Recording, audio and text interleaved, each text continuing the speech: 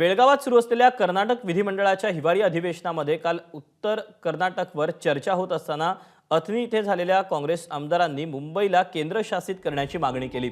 अधिवेशनाच्या उत्तरार्धात उत्तर कर्नाटकातील समस्या आणि विकासावर चर्चा सुरू होती। त्यानुसार सभागृहामध्ये चर्चेला प्रारंभ झाल्यानंतर अथणीचे आमदार लक्ष्मण सवदी यांनी महाराष्ट्रातील नेते बेळगावचा सीमाभाग केंद्रशासित करावा अशी मागणी करत असतील तर आपण देखील मुंबईला केंद्रशासित करण्याची मागणी केली पाहिजे असं वक्तव्य करून आपल्या चाकलेचे त्यांनी तारे तोडले।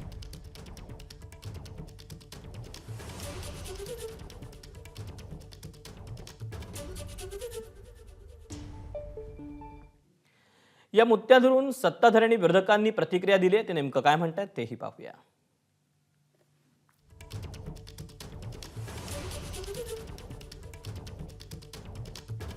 जे काही दोन्ही सरकार मग वारंवार भाजपचं सरकार असेल किंवा काँग्रेसचं सरकार असेल, तिकडचं कर्नाटकाचं बेळगावमध्ये मराठी माणसावर जो अन्याय करत आहे त्याच्या विरोधात आम्ही बोलत राहणार आणि आमची ही मागणी ठामपणे आहे की बेळगावला केंद्रशासित करणं गरजेचं आहेच।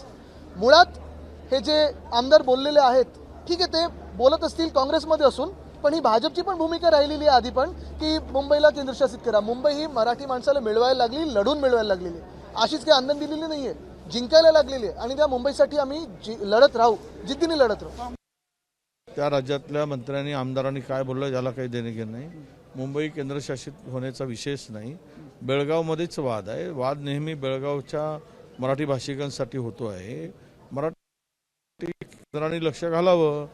खरं तर सर्वोच्च न्यायालयात अनेक दिवसापासून हा निर्णय आहे, केंद्राने लक्ष घातलं। दोन राज्यांच्या प्रमुखांना बोलवलं की 10 मिनिटांमध्ये बात। म्हणणे की त्या राज्यातल्या काँग्रेसच्या आमदाराची ती भूमिका असू शकते, त्यांची ती भूमिका असेल, ती भूमिकेशी आमचं काही देणं घेणं नाही।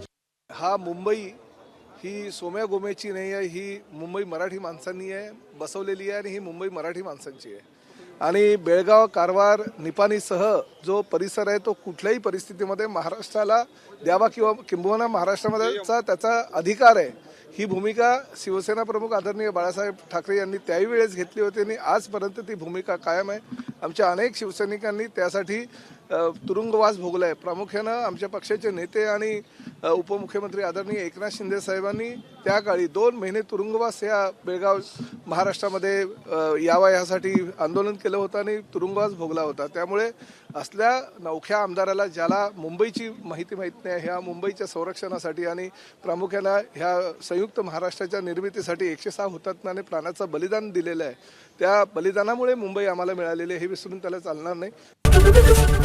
एबीपी माझा, उघडा डोळे बघा नीट।